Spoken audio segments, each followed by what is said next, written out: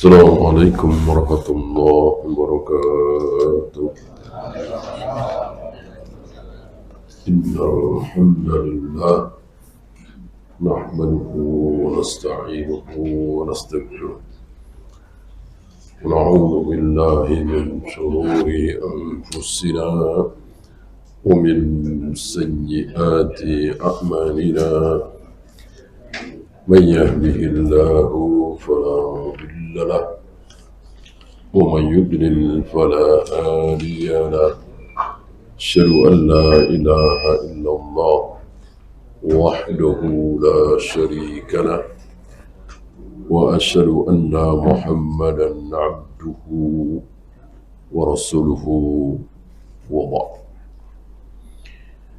Terakhir tentang nama. Ada banyak nama dari suratul Fatihah. Salah satunya yang jarang disebut adalah salat. Nama lain dari surat Al-Fatihah adalah salat. Kenapa beliau menamakan surat Al-Fatihah dengan surat salat? Berdasarkan sabda Nabi sallallahu alaihi wasallam, qasamtu as-salata baini wa baina 'abdi nisfain. Aku bagi salat itu menjadi dua. Salat itu aku bagi dua, gitu. Kalau sholat yang dimaksud sholat subuh, sholat duhur, sholat asar, apa dibagi dua? Nah, tentu bukan sholat itu. Apalagi melihat lanjutan dari hadis ini. Wa idza qala al-'abdu alhamdulillahi rabbil alamin. Ketika hambaku mengucapkan alhamdulillahi rabbil alamin, aku menjawab hamadani abdi. Hambaku sedang memujiku. Dia dijawab, ya, dengan mengatakan solat aku bagi dia. Maksudnya Al-Fatihah. Ketika seseorang membaca suratul Fatihah dalam solat, dijawab, selalu dijawab. Ar-Rahmanur Rahim, asna alayya abdi. Hambaku sedang menyanjungku. Maliki yaumiddin, dijawab oleh Allah, majadani abdi. Hambaku sedang memuliakan, mengagungkan aku. Ini termasuk berita gaib yang nalar kita tidak bisa mencerna. Bagaimana kalau yang sholat itu berurutan, ya kan? Pasti ada. Apakah sekarang ini ada hamba-hamba Allah yang sedang sholat? Insya Allah ada, pasti ada. Sebentar lagi, sebentar lagi, sebentar lagi, sebentar lagi. Barangkali tidak ada waktu di mana tidak ada manusia yang tidak sholat. Ya. Nanti 10 menit lagi, adakah kaum muslimin yang sedang sholat? Insya Allah pasti ada.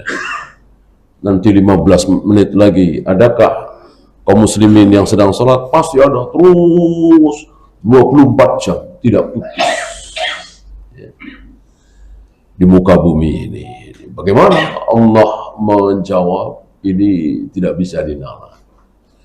Oleh karena itu, kalau ada berita tentang Allah, kok akal kita tidak bisa menalar?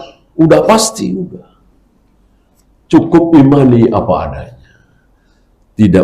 Tidak usah dipikir, tidak usah dibahas, tidak usah didiskusikan. Jangan seperti orang Jahmiyah, Jawariyah, Asy'ariyah, Maturidiyah, dan seterusnya. Ikutilah ahli sunnah, Rasul dan para sahabat.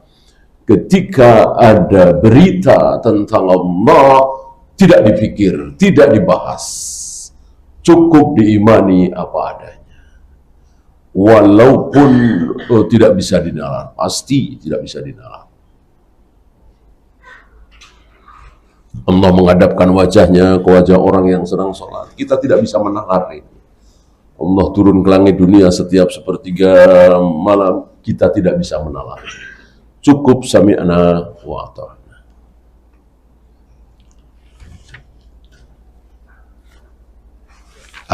Setelah mengucapkan iyyaka na'budu wa iyyaka nasta'in, hanya kepada Engkau kami menyembah dan hanya kepada Engkau kami mohon pertolongan, Allah menjawab, hadza baini wa baina 'abdi. Ini batas. Ini batasnya antara tadi untukku, sekarang untuk hambaku. Wali abdi ma sa'ala. Dan hambaku akan mendapatkan apa yang dia minta. Mintanya apa? Ihdinas siratal mustaqim, dan seterusnya nanti akan dibahas oleh beliau. Ya, dari hadis ini maka beliau menamakan suratul Fatihah dengan as-salah. Karena memang ucapannya salat dibagi dua gitu. Padahal yang dimaksudkan Al-Fatihah dibagi dua.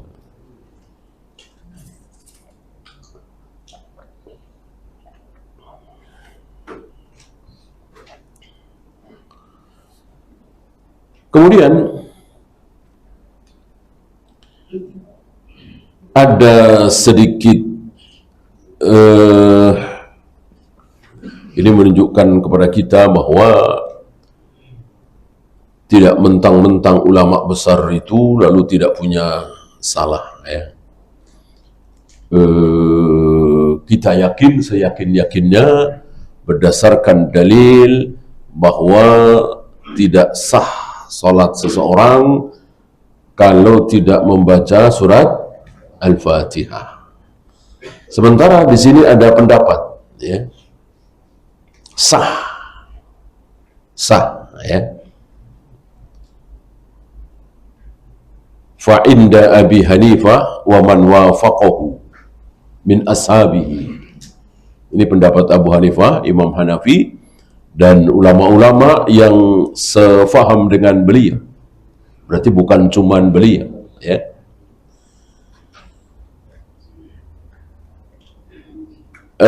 Annaha la tata'ayyan, bahwa yang wajib adalah baca ayat-ayat Al-Quran, tidak harus Al-Fatihah, ya. Mana dalil? Faqra'u ma tayassara minal Qur'an, ya. Ini di surat Al-Muzammil, faqra'u ma tayassara minal Qur'an. Bacalah ayat-ayat Al-Quran yang mudah, mana saja. Itu, ya. Tentu beliau tidak artinya mengabaikan hadis yang kemarin, ya. La tujzi'u salatun la yaqra'u fiha bi ummil Qur'an. La salata liman lam yaqra' bi Fatihatil Kitab. Ini semakna. Tidak sah salat seseorang yang tidak membaca suratul Fatihah. Dikemanakan hadis ini? Dikemanakan hadis ini? Sementara faqra'u ma tayassara minal Qur'an tidak dibuang. Ketika meyakini bahwa tidak sah salat seseorang kalau tidak membaca Al-Fatihah, tentu tidak harus membuang faqra'u ma tayassara minal Qur'an. Bacalah ayat-ayat Al-Quran yang mudah. Kenapa? Tentu lihat saja anak-anak kita atau kita dulu waktu masih TK, sebelum disuruh menghafal An-Nas misalnya, Al-Falaq misalnya, kita diajari oleh guru-guru kita, guru TK kita apa? Al-Fatihah. Maka inilah yang mudah, gitu.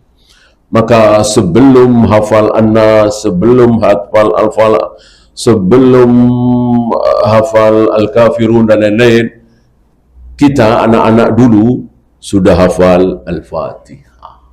Ya. Dengan demikian, dua dalil itu dipakai. Kan begitu. Nah, seburuk-buruk istidlal adalah memakai satu dalil, membuang dalil yang lain. Padahal sama-sama firman Allah, sama-sama sabda Nabi, sama-sama wahyu, yang satu dipakai, yang satu dibuang, tentunya buruk sekali. Dua-duanya harus dipakai. Sehingga tidak berselisih. Gitu. Apa istilahnya? Menjamak.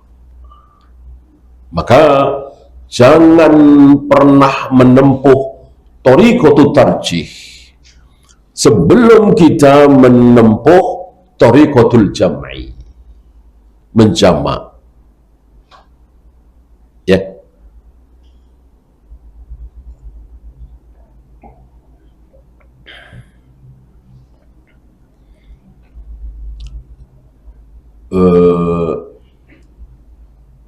Misalnya hurimat alaikumul maitatu, diharamkan kepada kalian bangkai.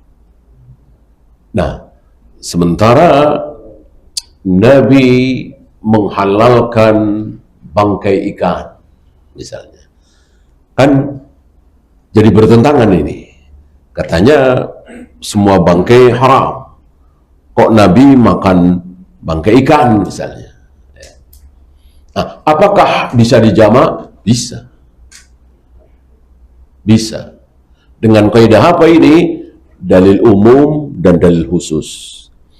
Apabila dalil umum bertemu dengan dalil khusus, maka yang khusus menang. Artinya apa? Perkecualian. Bahwa seluruh bangkai adalah haram, kecuali bangkai ikan atau bangkai apapun yang hidup di air. Ya, bukan yang ini dipakai ini buang, yang ini dibuang ini dipakai. Jangan, tidak boleh.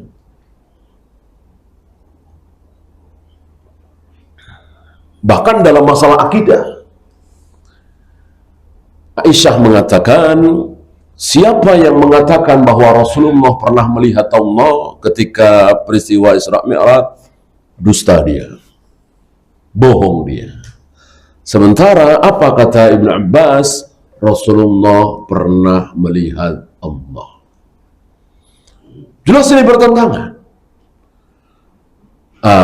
Apakah kita mau pakai ucapan Aisyah, buang ucapan Ibnu Abbas? Jangan.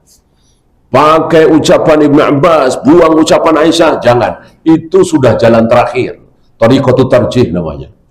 Nah, oleh karena itu para ulama masih memakai dua-duanya. Maka para ulama menjamak thariqatul jam'i dari dua pendapat sahabat yang bertentangan, satu mengatakan melihat, satu tidak. Maka para ulama menjelaskan bahwa melihat ada tiga. Ada basariyah, ada qalbiyah, ada manamiyah. Melihat dengan mata, gitu. Melihat dengan hati. Seperti ihsan itu kan melihat dengan hati. Ya. Satu lagi melihat dalam mimpi, dalam tidur. Tidur, mimpi, dikatakan melihat. Orang Arab ketika mengatakan mimpi itu, saya bermimpi, ra'aitu fil manam. Dalam tidurku aku melihat. Gitu. Mimpi. Nah, kalau dengan mata, ini yang dimaksud oleh Aisyah. Siapa yang mengatakan bahwa Rasulullah pernah melihat wajah Allah, maka dia dusta. Melihat dengan apa? Dengan mata. Adapun dengan hati, ini yang dimaksud oleh Abbas. Seperti apa, bagaimana teknisnya Rasulullah melihat Allah dengan hati, Allah a'lam. Ya. Itu thariqatul jam'i. Di jamak. Sehingga dua-duanya dipakai. Kecuali sudah tidak bisa. Enggak, ini dua-duanya sahih ya. Kalau yang satu dhaif, yang satu sahih, ya nggak usah dibahas. Tentu yang kita pakai yang sahih. So dhaif dipakai. Ini dua-duanya sahih. Kalau tidak bisa thariqatul jam'i, terpaksa thariqatul tarjih. Nggak bisa ini dikompromikan di jamak. Maka ya sudah, yang satu dipakai, yang satu dibuang. Ya. Ambil contoh ucapan Bilal mengatakan bahwa Rasulullah pernah sholat di dalam Ka'bah. Sementara Fudail bin Abbas mengatakan Rasulullah belum pernah sholat di dalam Ka'bah. Gimana nih cara menjamaknya? Sulit, nggak bisa. Ini harus thariqatul tarjih. Yang satu dipakai, yang lain dibuang. Nah, pertanyaannya, pendapat siapa yang dibuang? Dua-duanya sahabat, dua-duanya sahih, dua-duanya riwayatnya sahih. Ya. Gimana? Yang mana yang dibuang? Qaidah mengatakan al-musbit muqaddamun 'alan nafi. Yang menetapkan itu menang. Yang meniadakan kalah. Maka yang menetapkan bahwa Rasulullah pernah sholat di dalam Ka'bah menang, Bilal. Harus dipegangi. Yang meniadakan yaitu Fudail bin Abbas bahwa Rasulullah belum pernah sholat di dalam Ka'bah kalah. Karena kaidahnya al-musbit muqaddamun 'alan nafi. Yang menetapkan harus dimenangkan daripada yang meniadakan. Kan bisa saja Fudail bin Abbas memang belum pernah melihat, gitu ya. Orang yang mengatakan tidak, berarti dia tidak tahu. Orang yang mengatakan iya, berarti dia tahu. Dengan syarat dua-duanya sikoh ya, dua-duanya sahih, dua-duanya bisa dipercaya. Maka dalam hal ini para ulama tidak memakai ucapan Fudail bin Abbas. Bukan berarti mengatakan Fudail bin Abbas pembohong, pendusta, tidak. Cuman dia tidak tahu. Cuman dia tidak tahu. Oleh karena itu, ketidaktahuan siapapun tidak bisa jadi dalil. Walaupun ulama besar mengatakan saya tidak tahu ada hadis seperti itu. Apakah pasti nggak ada hadis seperti itu? Bisa ada, bisa tidak ada. Jadi ketidaktahuan seseorang tidak menjadi dalil, walaupun dia ulama besar. Ya, seperti ketidaktahuan Anas bin Malik. Anas bin Malik mengatakan, aku tidak tahu Rasulullah berdoa dengan mengangkat tangan, aku nggak tahu kecuali sholat istisqa. Apakah ucapan Anas bin Malik ini disimpulkan bahwa Rasulullah ketika berdoa tidak pernah mengangkat tangan kecuali istisqa, mengangkat tangan tinggi-tinggi sampai terlihat ketiak beliau yang putih bersih? Tidak. Padahal sekelas Anas bin Malik. Ya. Bahkan ketidaktahuan Rasulullah. Gitu. Ketika Rasulullah mengatakan la adri Uzairun nabiyyun amla. Aku tidak tahu Uzair itu nabi atau bukan. Apakah dengan demikian disimpulkan Uzair itu bukan nabi? Gak bisa, karena beliau nggak tahu. Ya bisa nabi, bisa bukan, wallahu a'lam. Gitu ya. Nah, yang dipegangi adalah pengetahuan seseorang. Maka jelas ucapan Fudail bin Abbas mengatakan Rasulullah tidak pernah sholat di dalam Ka'bah tertolak. Yang dipakai ucapan Bilal bahwa Rasulullah pernah sholat di dalam Ka'bah. Bahkan ada riwayat setelah Rasulullah sholat di dalam Ka'bah, beliau menyesal. Beliau menyesal. Kenapa? Ini luar biasa beliau ya. Betul-betul memikirkan umat ini. Beliau menyesal kenapa? Karena aku telah membuat sulit. Aku telah membuat jutaan manusia bersedih. Ingin tapi enggak terlaksana. Ya seperti kita. Apakah kita semua ingin sholat di dalam Ka'bah sebagaimana yang dicontohkan oleh Nabi? Ya pastilah. Pastilah. Bisa? Bisa? Ya nggak bisa. Yang bisa paling presiden, ya kan? Raja, ya kan?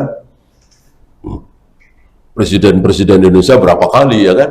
Ya sanggup. Kita ya nggak sanggup. Ini yang dimaksud oleh Nabi alaihi salatu wassalam. Aku telah mempersempit gitu. Nah, berapa banyak manusia, ya semua manusia kaum muslimin ingin sekali sholat di dalam Ka'bah tapi tidak sanggup.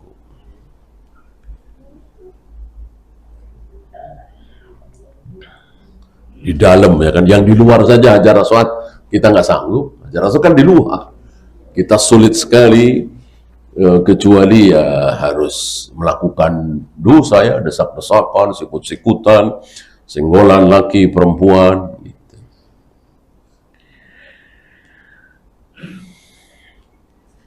Kemudian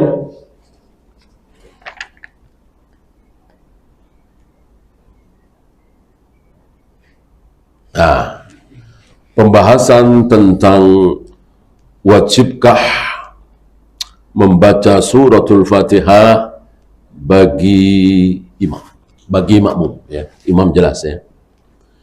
Hal tajibu qira'atul Fatihati 'alal ma'mum?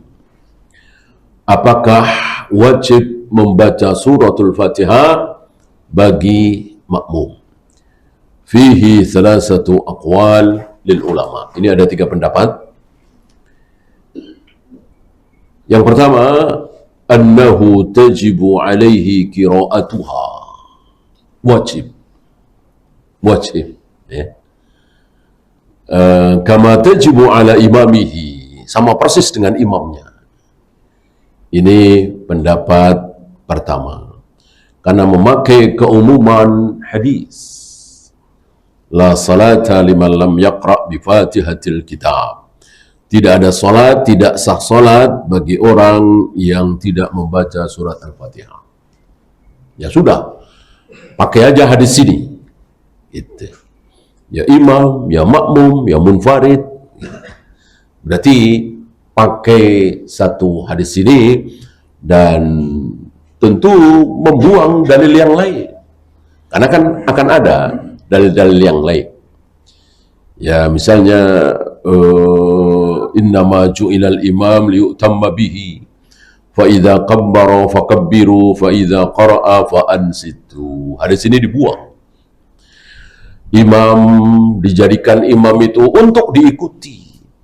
Maka jika imam bertakbir, bertakbirlah kalian para makmum. Jika imam membaca, maksudnya membaca Al-Fatihah atau surat lain, maka fa ansitu, diamlah.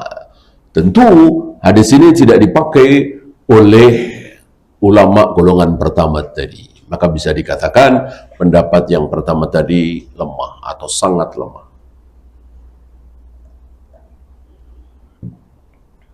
Yang kedua, asani la tajibu 'alal ma'mumi qira'atan bil kulliyati lal fatihata wala ghairiha. Kalau tadi wajib, ini tidak wajib ya, tidak wajib sama sekali. Artinya la fis salatil jahriyati wala sirriyah.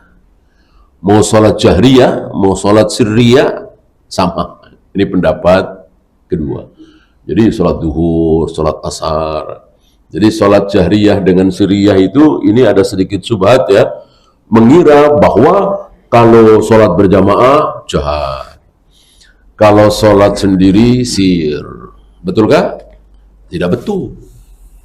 Tidak betul. Jadi sholat jahriyah itu jenis sholat, mau jamaah, mau munfarid, mau jamaah, mau sendiri. Kalau sholat maghrib, sholat isya, sholat subuh ya jangan, walaupun sendirian. Ya, sunnahnya ini. Sebaliknya zuhur, asar, sir, walaupun berjamaah kan sir.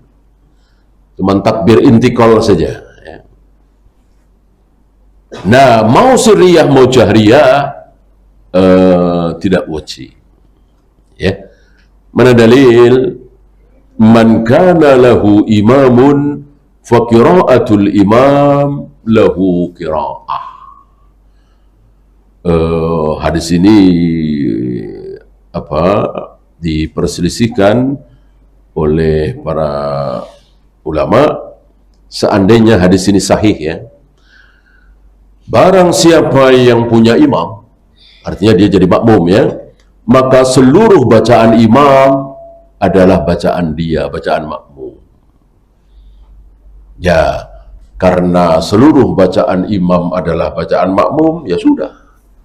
Ngapain baca? Gitu ya.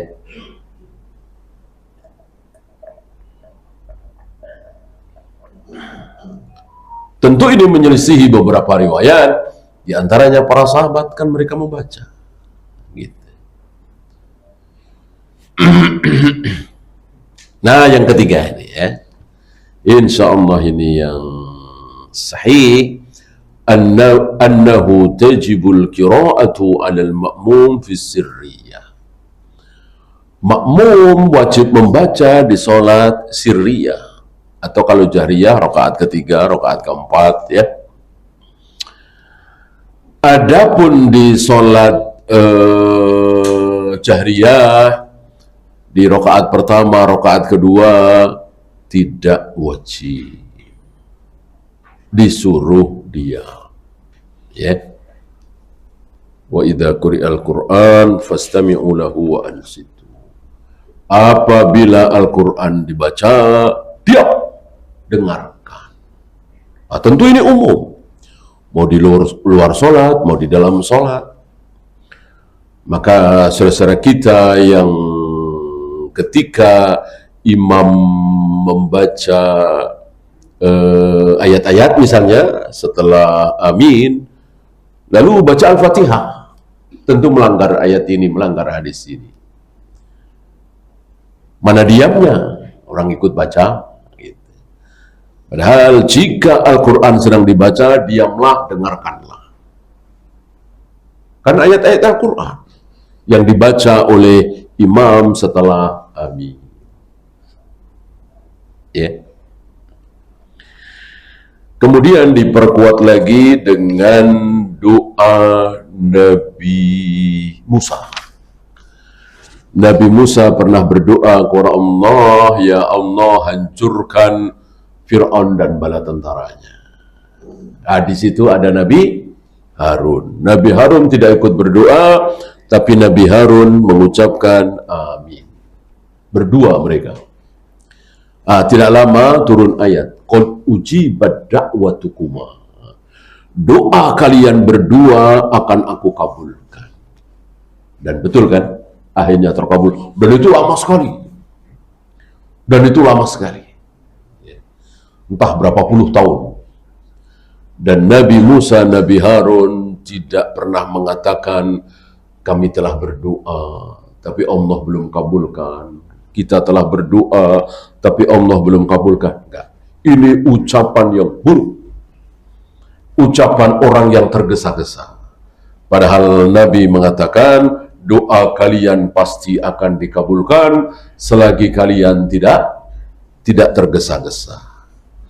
Bagaimana orang yang tergesa-gesa? Dia akan mengatakan qad da'autu wa lam yustajab.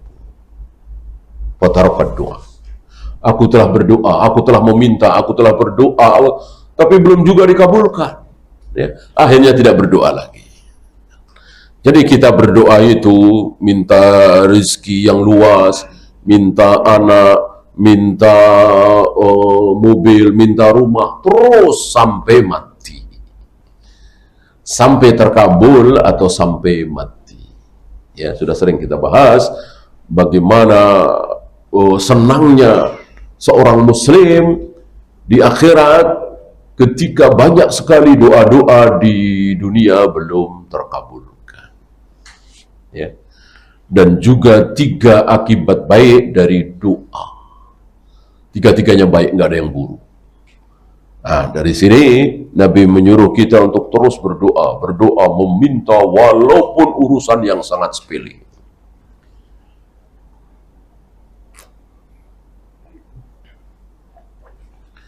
Nah, Allah mengatakan qad ujibat da'watukuma, akan aku kabulkan doa kalian berdua. Padahal tadi yang berdoa 1 apa 2? 1. Yaitu cuman Nabi Musa, Nabi Harun tidak ikut berdoa, cuman mengucapkan amin. Dari sini keluar hukum bahwa ketika kita tidak berdoa tapi mengucapkan amin, maka kita dianggap telah berdoa. Kan di akhir Al-Fatihah berdoa, ihdinas siratal mustaqim, siratal ladzina an'amta 'alaihim ghairil maghdubi 'alaihim waladdallin. Amin. Ini kan berdoa diakhiri dengan amin. Sementara kita para makmum hanya mengucapkan amin. Maka Allah telah menganggap kita, mencatat kita sudah baca surat Al-Fatihah. Walaupun kita cuma mengucapkan amin. Ya. Nah, ini saya kira kuat sekali dalil ini bahwa para makmum tidak perlu membaca Al-Fatihah ketika imam membaca. Kan nggak ada waktu. Gitu. Dari sini muncul syubhat lagi. Apa? Makanya kasih waktu. Gitu. Makanya kasih waktu. Maka mestinya imam setelah waladdallin amin, jangan langsung baca ayat. Berhenti dulu sekira para makmum selesai baca Al-Fatihah. Betulkah? Betul kalau Rasulullah seperti itu. Sementara dari riwayat Rasulullah itu berhenti walil maghdubi alaihim waladdallin amin, itu berhenti sejenak untuk mengambil nafas. Masuk mengambil nafas dipakai untuk baca Al-Fatihah, ya? Ya tentu ya sedetik 2 detik, mungkin setengah detik, ya. Tidak cukup untuk membaca Al-Fatihah karena memang tidak diberi waktu. Seandainya Rasulullah memberi waktu, tentu ada riwayat. Tentu ada riwayat. Ini kan masalah besar. Ya. Rasulullah itu diam ketika berdiri itu 3. Ya. 1 setelah takbiratul ihram. Jadi tidak takbiratul ihram Allahu Akbar langsung alhamdulillahirabbil alamin. Oh, enggak. Ada berhenti dulu. Tentang ini tentu kita tahu, ya, baca doa iftitah. Kemudian yang kedua setelah waladdallin amin, untuk mengambil nafas tadi. Yang ketiga sebelum ruku. Setelah selesai membaca ayat, misalnya membaca qul huwallahu ahad, Allahus samad, lam yalid walam yulad walam yakul lahu kufuwan ahad, Allahu akbar. Nah, jangan begitu, ya. Walam yakul lahu kufuwan ahad, berhenti, Allahu akbar. Ada berhentinya, ya. Tidak langsung Allahu akbar. Ada 3 berhenti yang dicontohkan oleh Nabi sallallahu alaihi wasallam.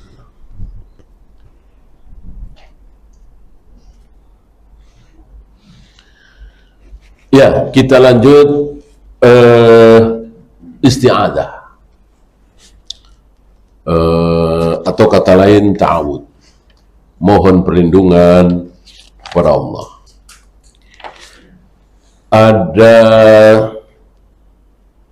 Ada 3 ayat, bukan 3 ayat, 3 tempat di dalam Al-Quran 3 surat berarti ya.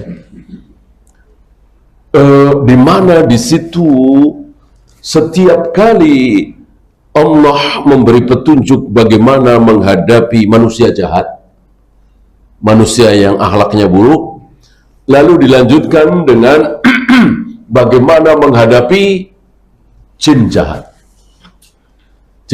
setan. Bagaimana menghadapi manusia jahat, akhlaknya buruk, zalim, sering menggibah dan seterusnya. Saya bacakan. Ini yang di Al-A'raf, air Al-A'raf ya. Khudil afwa wa'mur bil urfi wa'arid 'anil jahilin. Jadilah pemaaf, beramar ma'ruflah, dan berpalinglah dari orang-orang yang jahil. Ini Nabi diberi petunjuk oleh Allah bagaimana menghadapi manusia-manusia yang akhlaknya buruk. Apa? Maafkan. Ya, berpaling, nggak usah diladeni, gitu. Dimaafkan, nggak usah dibalas, kira-kira begitu. Jadi ngalah aja. Gitu. Ini nasihat, petunjuk dari Allah kepada Nabi bagaimana berhadapan dengan manusia-manusia yang akhlaknya buruk. Kemudian kalau berhadapan dengan jin-jin yang buruk, ya, setan, begitu juga tidak. Wa imma yanzaghannaka minasyaitani nazghun fasta'iz billah. Jika engkau digoda, diganggu oleh setan yang buruk, jin yang akhlaknya buruk, maka berlindunglah kepada Allah. Allah tidak mengatakan maafkan, berpalinglah, enggak. Beda antara jin dengan manusia, gitu ya. Idfa billati hiya ahsan, ini yang di Al-Mu'minun. Idfa billati hiya ahsan as-sayyi'ah, balaslah keburukan itu dengan kebaikan, ya. Banyak dari kita yang malu, kita zalim, kita bakhil, kita dendaman kepada orang yang baik, pemaaf, gitu ya, pemberi, gitu. Kita dari mana-mana tidak pernah ngasih oleh-oleh sama dia, tetangga misalnya. Begitu tetangga ini sekali pergi pulang kampung, pulang bawa oleh-oleh, nah, kita malu, gitu ya. Idfa billati hiya ahsan as-sayyi'ah, balaslah keburukan itu dengan kebaikan. Nahnu a'lamu bima yasifu, kami mengetahui apa yang mereka sifati. Wa qur rabbi a'udzu bika min hamazatis syayatin. Adapun terhadap jin yang buruk, setan, katakan, ya Rabb, ya Allah, aku berlindung kepada engkau dari tipu daya setan itu, dari godaan setan itu. Wa'udzubika rabbi ayyahdurun, aku berlindung kepada engkau ya Allah, jangan sampai mereka hadir, ya. Satu lagi, ini di Fusilat. Idfa billati hiya ahsan, balaslah dengan yang lebih baik, bahkan yang terbaik. Wa idzal ladzi bainaka wa bainahu adawatun, jika antara engkau dengan dia itu ada permusuhan, kebencian, dendam, ka'annahu waliyyun hamim, nanti akan berubah menjadi teman setia. Itu yang dialami oleh Nabi alaihi salatu wassalam. Persaksian dari Amr bin As, sebelum aku masuk Islam, maka cita-cita besarku adalah membunuh Nabi SAW. Setelah aku masuk Islam, tidak ada manusia yang aku cintai melebihi Nabi SAW. Karena melihat bagaimana akhlak Nabi, bagaimana Nabi membalas keburukan dengan kebaikan. Siapa? Manusia. Wa ma yulaqqaha illa alladziina sabaru, dan tidak ada orang yang bisa berbuat seperti itu kalau dia bukan orang sabar. Jadi orang pilihan itu. Wa ma yulaqqaha illa dzu hadzin 'adzim. Enggak ada yang bisa melakukan itu kecuali orang yang memiliki keberuntungan besar. Jadi besar sekali, lebih besar daripada antum punya ini, punya itu, punya rumah megah, punya mobil mewah. Jika antum memiliki sifat seperti tadi, mahal sekali. Wa imma yanzaqannaka minasyaitani nazghun. Tapi jika engkau dijahati oleh setan jin, fasta'idz billah. Segeralah berlindung kepada Allah. Enggak ada balas dengan kebaikan. Di sini banyak saudara-saudara kita kebalik. Ketika ada manusia jahat, dibalas jahat, ya, bahkan lebih jahat lagi.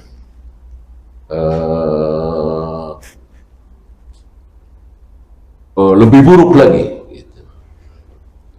Bukan setimpal, lebih buruk lagi.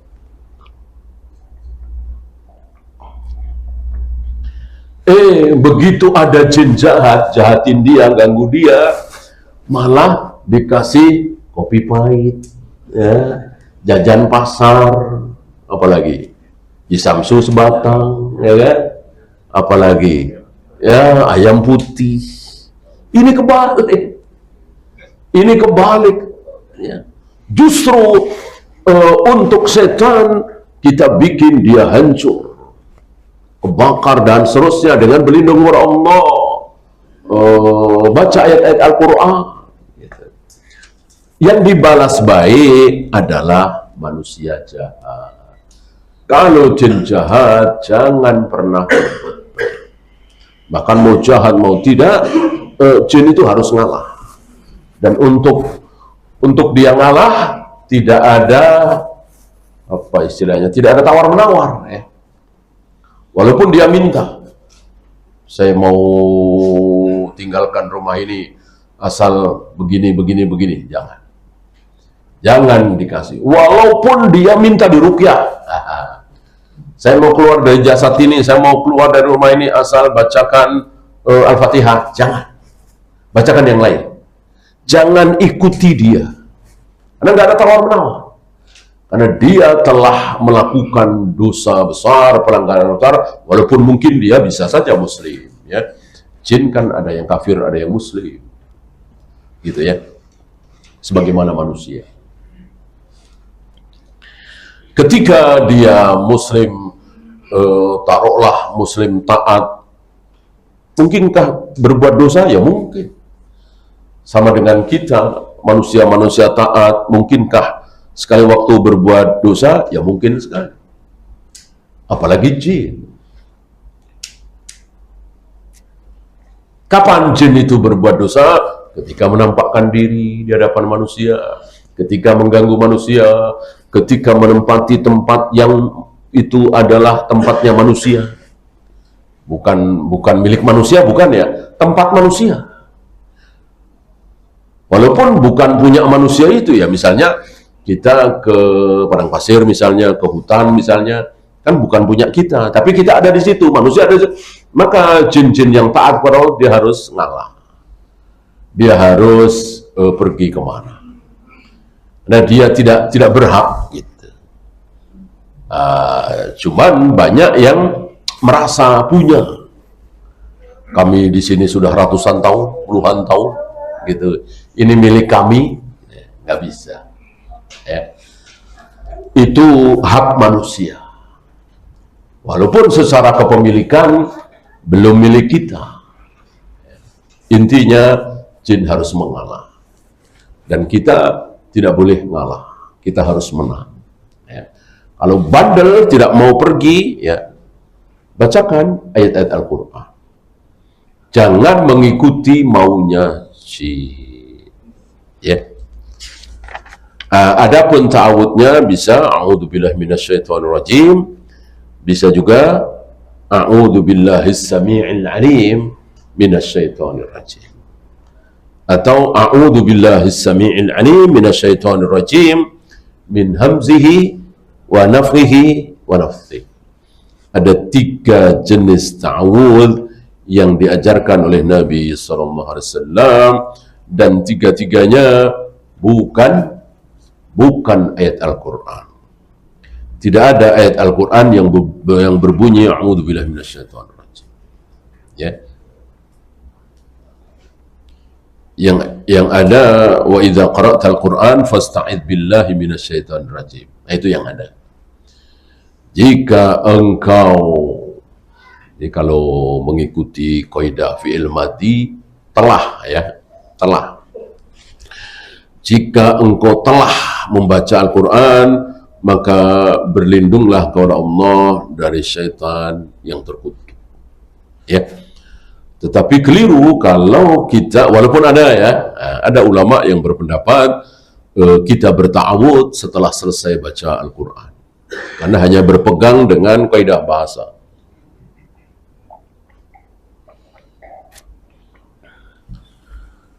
Ini salah. Yang benar sebelum gitu.